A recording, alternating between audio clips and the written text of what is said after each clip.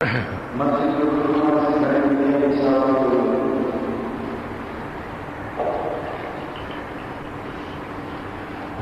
ونصلي على رسوله الكريم أما بعد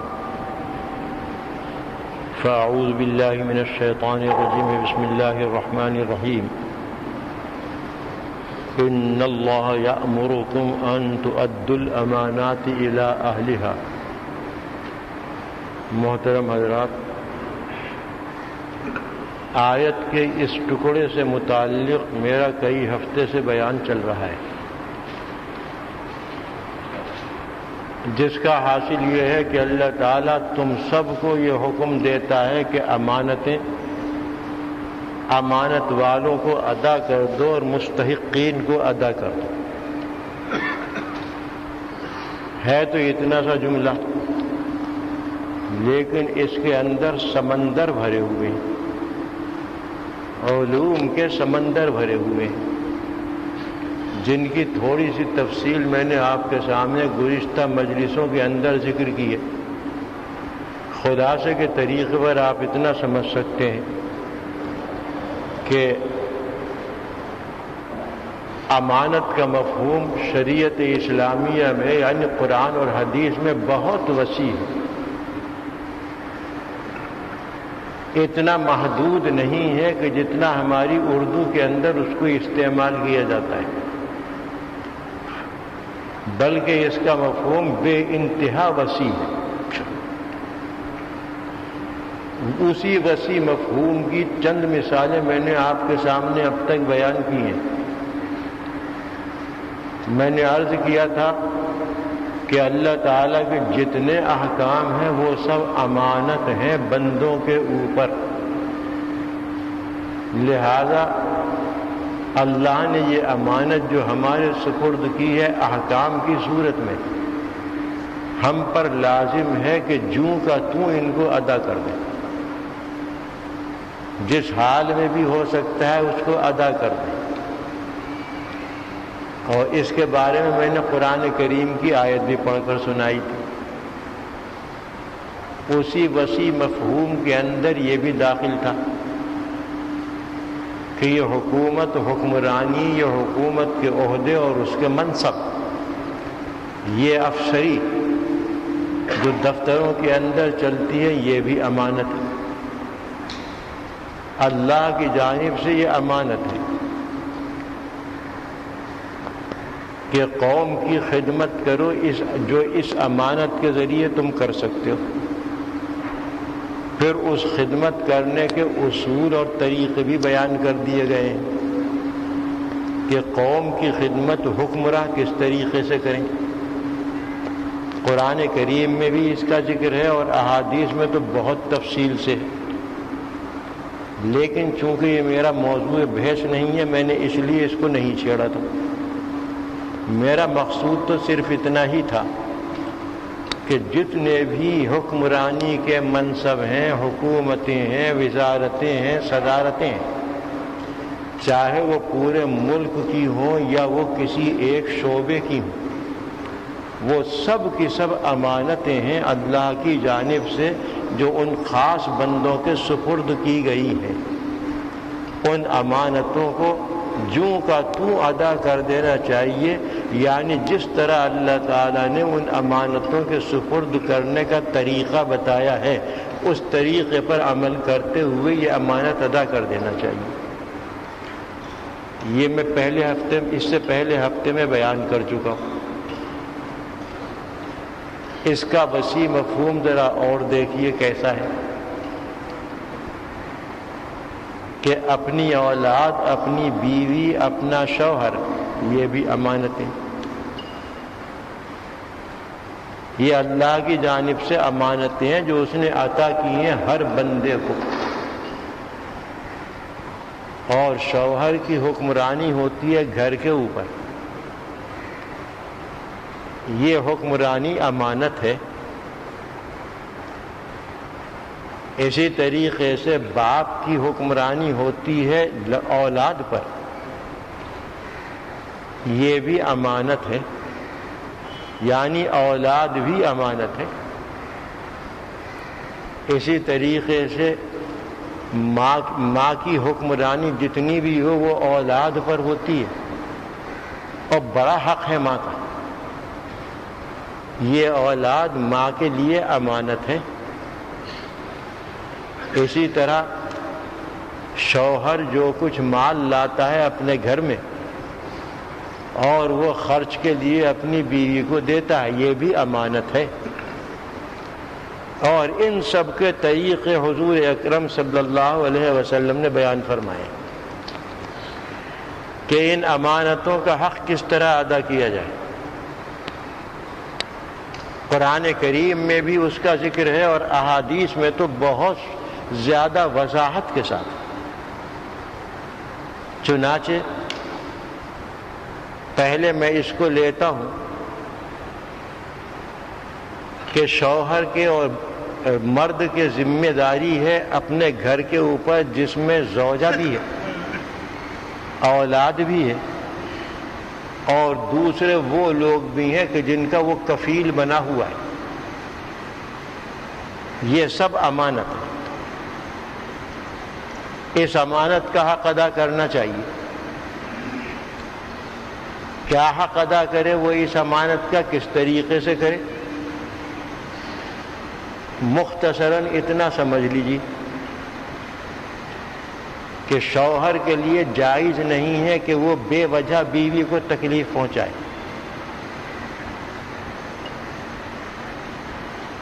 وجہ کے بغیر تکلیف پہنچانا بیوی کو جائز نہیں.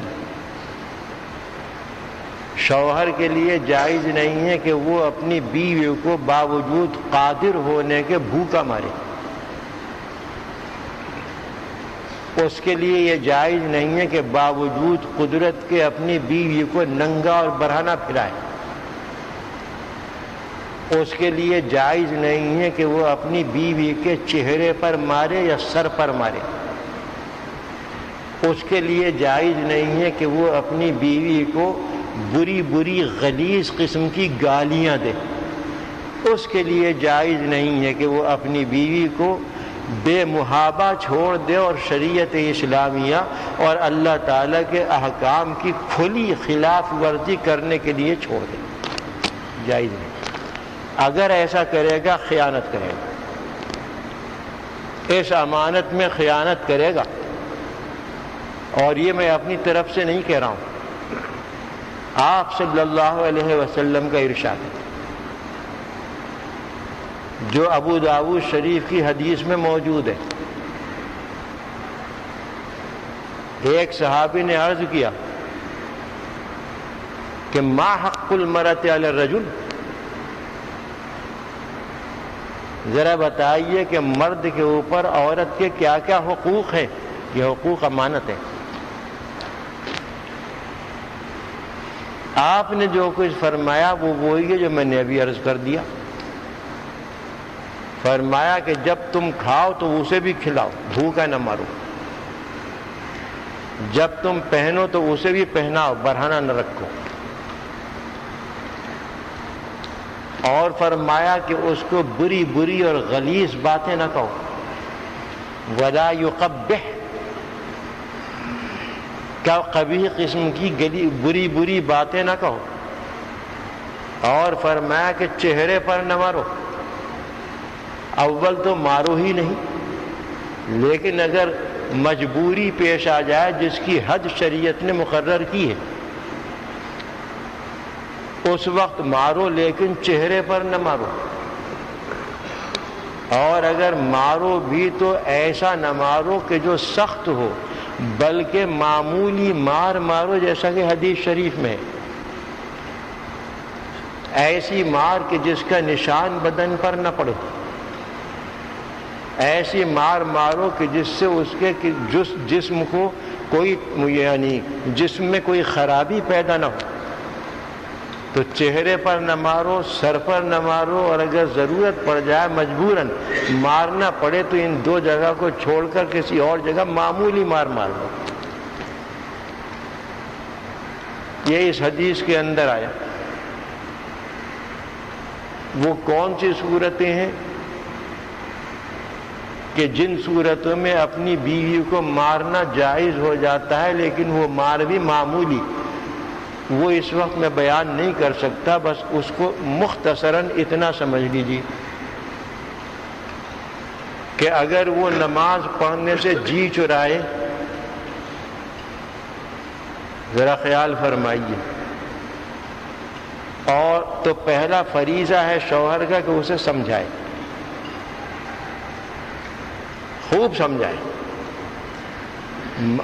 عام طور پر عورتوں کو جب سنجیدگی سے سمجھایا جائے تو وہ مان جاتی ہیں، اور اگر شروع سے ہی ان کے اوپر بم برسا دیے جائیں وہ کبھی نہیں مانیں گی۔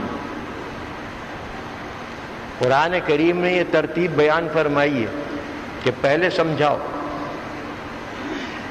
سمجھنے سے مان جاتی ہیں، ٹھیک ہے، مقصود حاصل ہو گیا، اور اگر اس سے باز نہیں آتی تو پتہ چلا کہ مزاج میں کچھ کجی ہے، فرمایا کہ اب ان کو الگ چھوڑ دو، تنہا چھوڑ دو، یعنی ان کے ساتھ نہ لیٹو، ان کے بستر الگ کر دو۔ یہ سزا عورت کے اوپر بڑی سخت ہوتی ہے، اگر اس سے مان جائے فبیہا، اگر نہیں مانتی تو معلوم ہوا کہ اب یہ جوتوں سے ماننے والا بھوت ہے، جوتوں سے بھاگنے والا بھوت ہے۔ فرمایا وَضْرِبُوهُنَّ، اب مارو، لیکن اسی طرح جو حضور نے فرما دیا۔ اتنی ترتیب کے بعد پھر فرمایا کہ مار سکتے ہو۔ نمازیں نہیں پڑھتی، مارنے کا حق ہے۔ ناپاک پھرتی ہے، غسل نہیں کرتی، سمجھائیے، مان جائے فبیہا، ورنہ پھر آخری درجے میں مارنے کا حق ہے۔ شوہر کا اچھی باتوں میں کہنا نہیں مانتی، سمجھائیے، آخر میں پھر مارنے کا حق ہے۔ اور بھی چند چیزیں ہیں، چند مسئلے ہیں جہاں پر مارنے کا حق شریعت نے دیا ہے، مگر اس ترتیب سے دیا ہے۔ تو حضرت یہ ایک امانت ہے اللہ کی۔ اب بتائیے ہم میں سے کون ایسا ہے کہ جو صاحب امانت نہیں؟ اللہ نے ہم میں سے ہر ایک کو زوجہ بھی عطا فرمائی ہے محض اپنے فضل و کرم سے،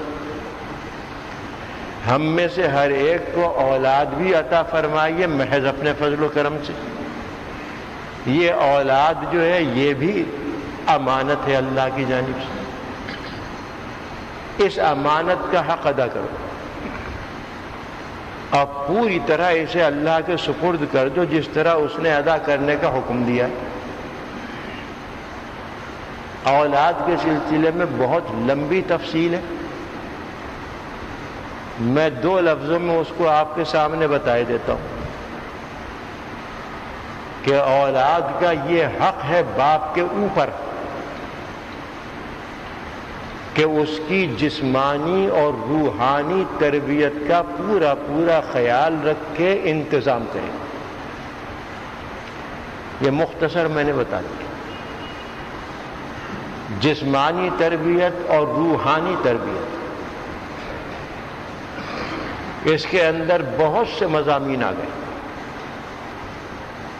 جسمانی تربیت کا مطلب آپ سمجھ گئے ہوں گے کہ اپنی اولاد کے کھانے پینے کا، رہنے سہنے کا، کپڑے لتے کا اور یہ بستر اوڑھنے بچھانے کا انتظام کریں، موسم کے مطابق انتظام کریں۔ اگر بیمار ہو جائے تو اس کی دوا علاج کریں، اس کو جسمانی تکلیفوں سے محفوظ رکھنے کی پوری تدبیر کریں۔ ایسی چیزیں جو اس کی صحت کو تباہ و برباد کرنے والی ہیں ان سے ان کو بچائے،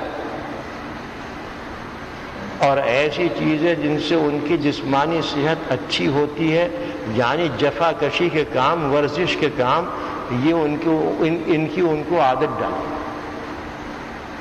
یہ باپ کی ذمہ داری ہے جسمانی اعتبار سے۔ روحانی اعتبار سے تفصیلات تو بہت ہیں، بس 2 لفظوں میں یہ بھی سمجھ لیجئے کہ اپنی اولاد کو اللہ تعالیٰ کا نیک بندہ اور حضور اکرم صلی اللہ علیہ وسلم حضور اکرم صلی اللہ علیہ وسلم کا سچا امتی بنانے کی تدبیر بھی کرے، انتظام بھی کرے اور دعا بھی کرے۔ یہ مختصر ہے۔ ہمارے لیے المیہ یہ ہے کہ ہم جسمانی تربیت کا تو پورا اہتمام کر لیتے ہیں اپنی اولاد کے لیے، اپنی بیوی کے لیے، اتنا اہتمام کر لیتے ہیں کہ شاید ہی کوئی اور کرے، لیکن روحانی تربیت، اس کے ایمان کی تربیت، اس کے عقائد کی صحیح تربیت، اس کے اعمال کی تربیت، اس کے اخلاق و کردار کی تربیت، اور اسی طریقے سے روحانی تعلق جن جن چیزوں سے ہے ان کی تربیت، اس سے ہم یکسر غافل ہیں۔ ہم اسے اپنی ذمہ داری سمجھتے ہی نہیں، ہم یہی باور کرنے کے لیے تیار نہیں ہے کہ ہمارے اوپر اللہ نے یہ حق ڈالا ہے، حالانکہ یہ حق ہے۔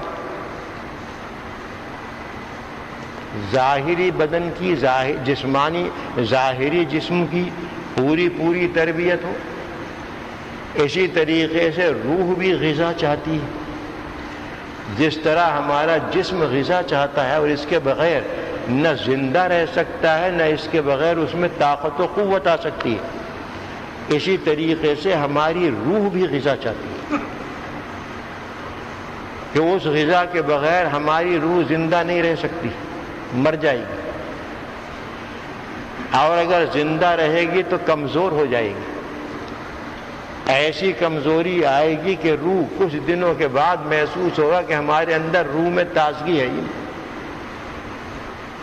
تو جس طریقے سے جسمانی غذا ہے اور اسی پر بدن قائم رہتا ہے اور صحت مند رہتا ہے، اسی طریقے سے روح کی بھی غذا ہے کہ اس کے بغیر روح نہ تو بالیدگی اور نشو و نما حاصل کر سکتی ہے اور نہ طاقت و قوت حاصل کر سکتی ہے، مر جائے گی۔